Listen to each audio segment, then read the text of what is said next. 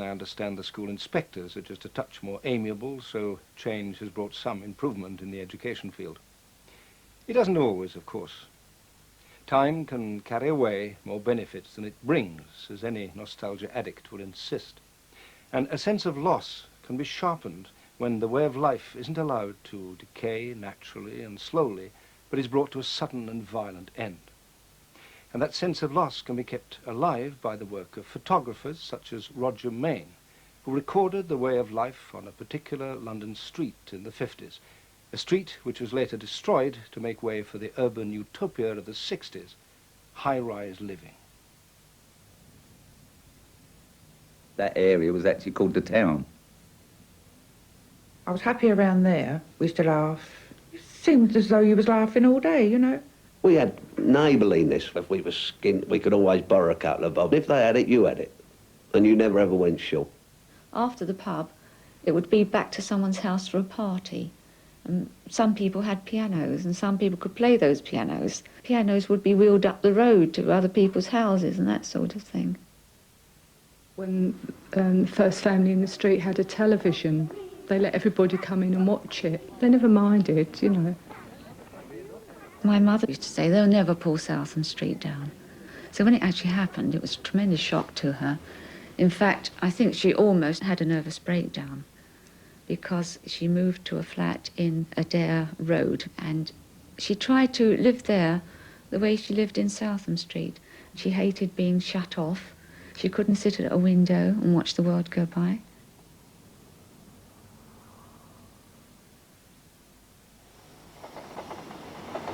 Southam Street used to run level with this railway, and it used to go right the way down there to a school called St Philip's and St Andrews.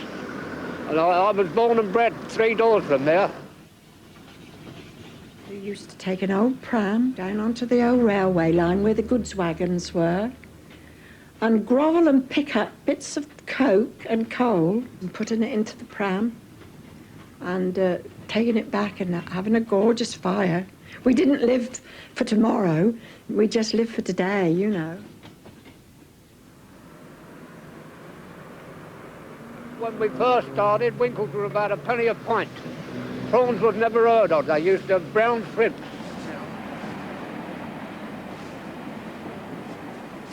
Give us the olden days, where we used to be able to sit out on the steps at night till about 1 o'clock and 2 o'clock with your doors wide open. Now you've got to go and padlock them and bar them up.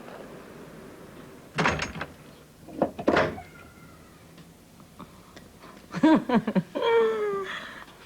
wonder who that is. Violet? No, I think that's you. Is it? And someone passed a comment that you had woolly knickers on. I often wondered what happened if you'd have wet them. Just wool stretches. The street was your life. There was nothing else. You got up, you got dressed, you went to school, you come home, and you was down in that street. We used to have an old washing rope. We'd make a loop one end and hook it across the lamppost and use the other part, loop it and put your bottom into it and swing around. It was quite dangerous, really, because you used to end up going over sharp railing points where people lived and there was deep basements. We all grew up together. If we had an argument then, you'd go out the street, you'd have a fight, and you was mates again afterwards. It was a slum. From when I was a kid, I detested it. I was determined to get away from it. The street was always dirty. There was always rubbish in the streets.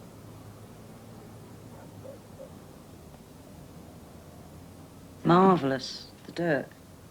Because you never went out like that. You went out clean, immaculate, you know, as far as it could go.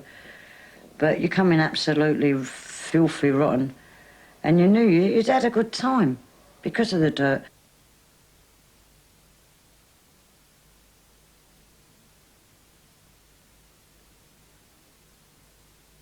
You never had nothing, but you had everything, because you had your freedom. I have 10 sisters and 1 brother, all girls, and the last one was the boy. So there's 12 of us all together.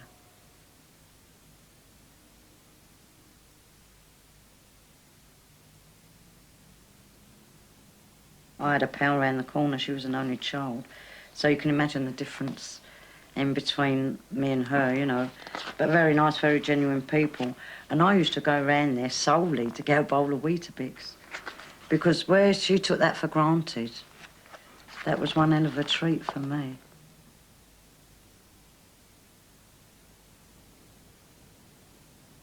If you see the plimp soles, they're full of holes.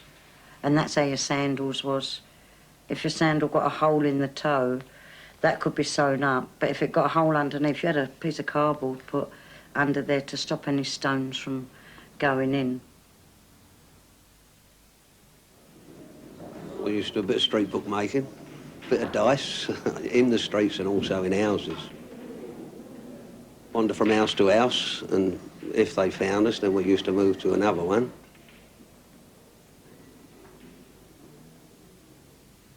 That's Eddie. He's actually looking out for the police from that corner.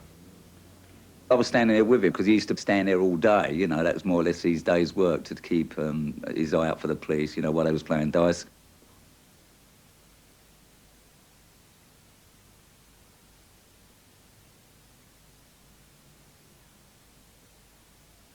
Dad, he used to work on a pool in Kensal Road.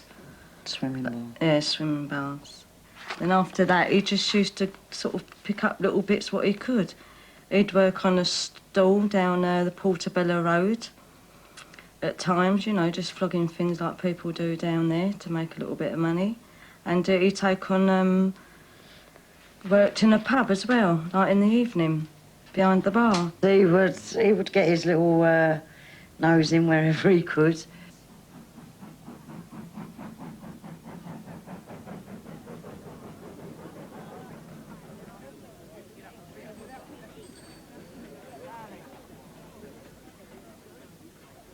Oh, Harry Perrin, I used to gamble down there. I used to play dice mainly outside his house, with old Harry on the doorstep with his boys and his old Gummy. And he used to bring them down cups of cocoa and play cards there, they would on there. The girls used to like a game of cards down the bottom there, but Harry was always on his doorstep. We had a game there one day, just outside his house, and we had a fella who used to live down there, Alfie Pratt. He was a totter, he used to go out with the old horse and cart, you know, totting. And all of a sudden, the old bills come flying round the corner in the car and we've all dispersed. So look, all the doors were open or on the latch, so you had no worry about running up the doorstep and finding the door locked. It was in. And Elf's gone in Harry's. Of course, Harry's missus is just getting the dinner up, so Elf sat down and started eating his dinner in case, like, they came in and, like, Elf says, no, I live here, it's not me. And they pulled all them sort of strokes, you know, they'd run, you always knew you were safe to run in house because years and years before they put locks on these doors, you know, you could always push a door and walk in. And we used to gamble Friday evening, Saturday afternoon, Sunday afternoon. And Sunday afternoons, there was a black chap lived upstairs. They were singing hymns and we was playing dice.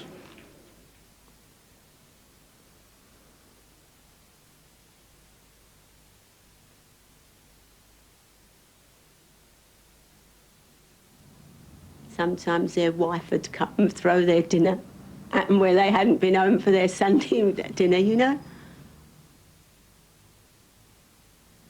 I used to run the games. Like, I used to get a nice few quid out of it, to be honest with you. I mean, I found the places to play in. I used to give the people a few quid, whoever house we was in.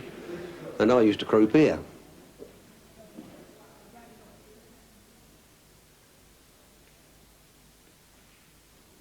We never see anyone go home skint. We always made sure they had a packet of fags and their bus fare. So, you know, like, it was good business because they come back, they knew they wouldn't have to walk. Once it's legal and it's legalised, then the fun's gone. The fun's gone out of it. I had 4 years in the army. Came out there, I went onto an asphalt farm, loading asphalt. It was hard work. Went on a post office. I was doing a bit of engineering work. I was on the building. I had my own building firm up to a couple of years ago, prior to coming here. I was born round there. and I lived there until I was married, and I was married there, and my 3 kids were born round there.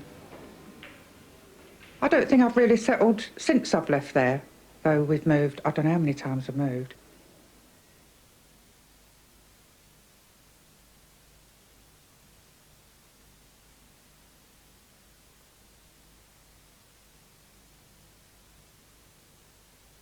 I think we've lost a lot. We've got material things that we didn't have then. You know, that's why we wanted to move from there, to get our own bathroom and central heating and things like that, but they don't make up for everything that we left there.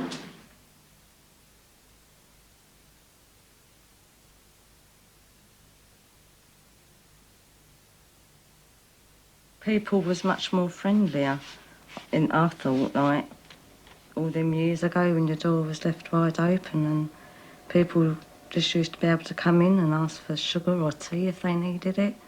And you never used to mind because you knew very well the next day you might be going to someone to get some sugar or tea.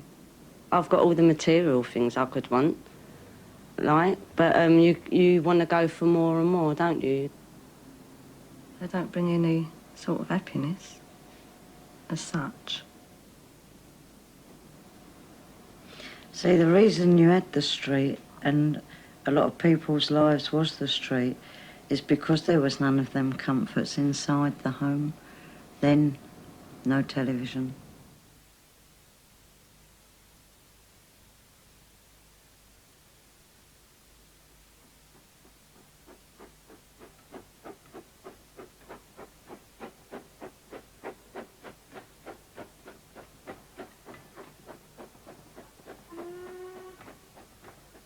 Black boy, I think his name was Bluey.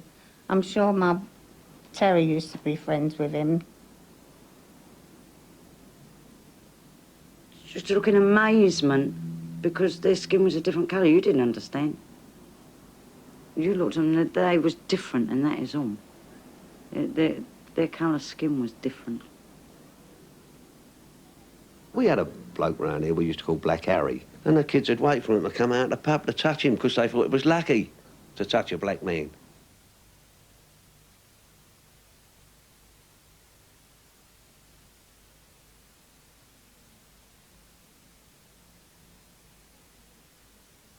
I would say the women had more problems. We had all the problems of queuing and listening for things that were going. My mum always used to move herself on a barrow or big pram or something, you know. We'd come home from school and she'd be moved up the road somewhere to a better place. It's always bettered herself. Well, that's Mrs. Powell, and that's her husband. He always used to walk behind her. She used to sell beetroots and cook beetroots and all that down her basement, and she used to keep chickens and always whitewashed her walls in the backyard, you know.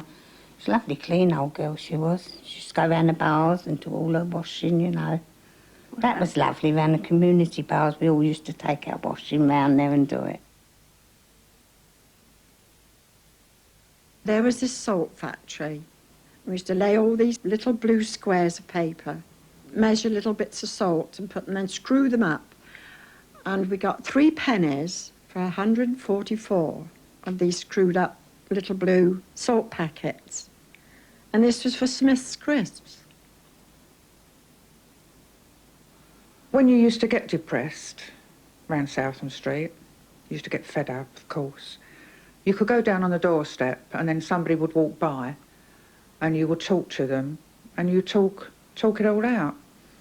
And you find, you know, you feel better. Saturday night was the night for the drinking, when the fellas used to come home rolling and singing. Every pub used to have a bit of music in it. Always, you know, like afterwards, always round someone's house, couple of quid whip round, drop a beer, back to the house and knees up. If we used to hear a commotion or anything, we used to go to the window. Everybody had net curtaining to see what was going on. Oh, it was nothing to see a couple of women going to the toilet. in the gutter. I hated Southam Street.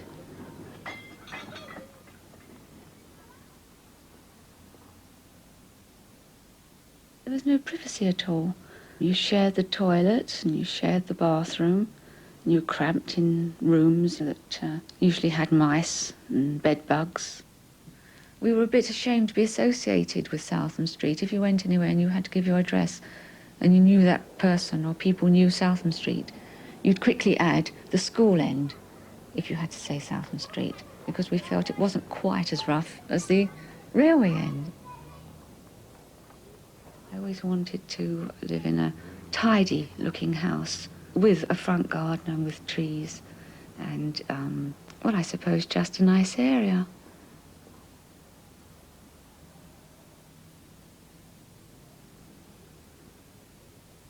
My mother was an aggressive woman, you know, and they had very hard lives. They were brought up aggressively and it just carried on like that.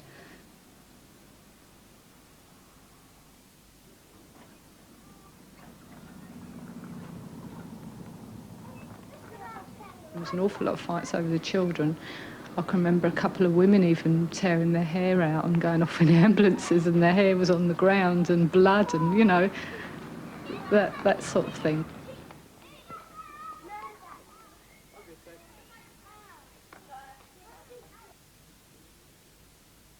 That is a coloured person's house. I mean, the police are there now. Probably an incident. I mean, the Teddy boys used to have a great old time just smashing their windows. What actually it was, there's a clash of personalities in all walks of life, and I think that they've got a certain swagger about them, and it just didn't go, especially round here.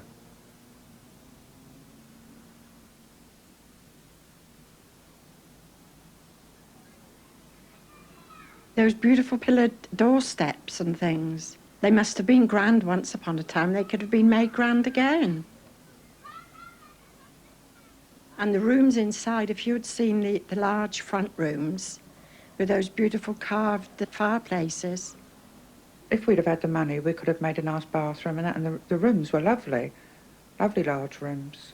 Oh yeah, they could have gone on for years and years.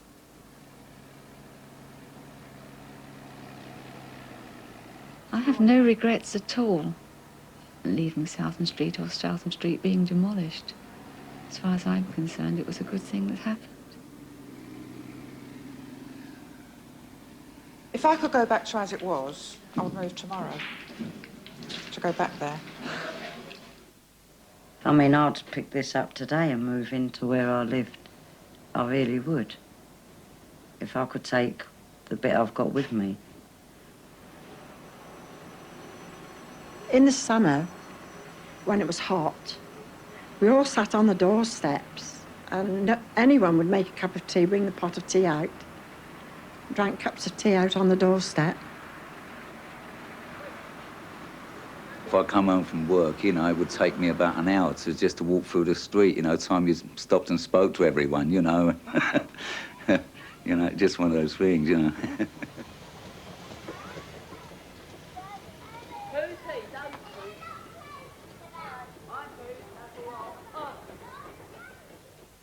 We all of us, of course, tend to look back at the past through personal and